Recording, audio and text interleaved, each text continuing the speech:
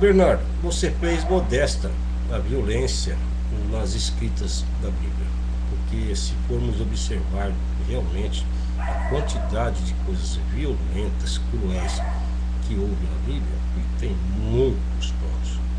Bom, eu não vou principiar porque nem tem onde principiar, porque a violência começa desde o princípio, desde que Caim matou Abel. Mas vamos ali aos pontos mais importantes. Veja bem, como que uma criança recebe que um pai seja capaz de sacrificar o seu próprio filho por Deus?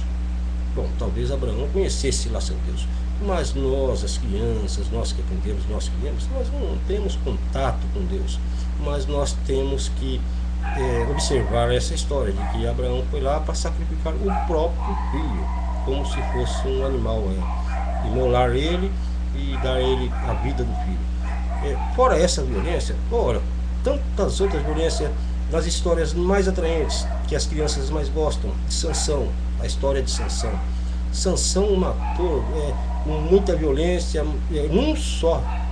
de uma só vez, ele matou 1000 homens. Aí depois, quando ele foi preso lá, que foi cego, diz que ele matou mais no dia da morte do que enquanto estava vivo. Isso é muita violência. Depois, ainda correndo a história bíblica ali, teve ali Elias, bom, vamos voltar um pouco para trás. Moisés, foi dado para ele a ordem lá por Deus, a ordem divina, para que ele entrasse nas nações que Deus tinha prometido, a terra que eles estavam ocupando, as pessoas estavam ocupando a terra, mas foi prometida para os descendentes de Abraão.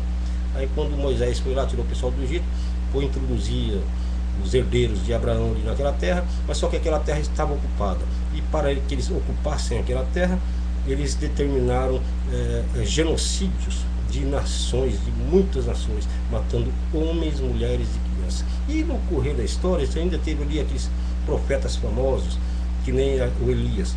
O Elias matou 400 sacerdotes de Baal, ele matou ali a espada ali, é uma coisa terrível de se imaginar.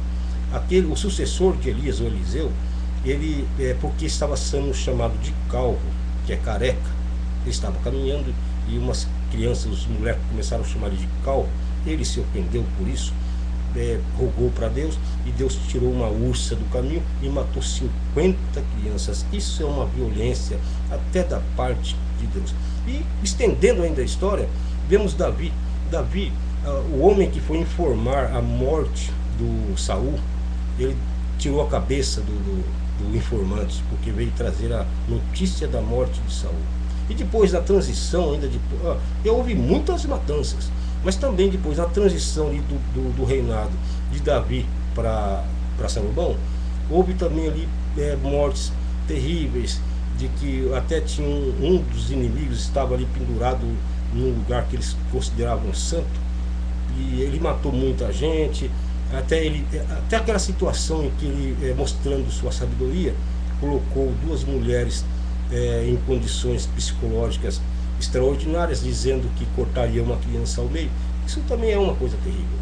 E muitas coisas terríveis estão descritas na Bíblia, muitas coisas violentas, até que chegamos ao Cristo, aqueles que eles têm como o Salvador, o Messias, o Filho de Deus.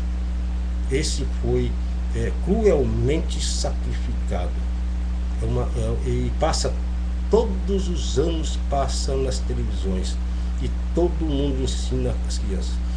Dizem que estão querendo proibir vídeos violentos, dizendo que influencia a personalidade, o caráter do indivíduo no correr do tempo, enquanto ele está se formando.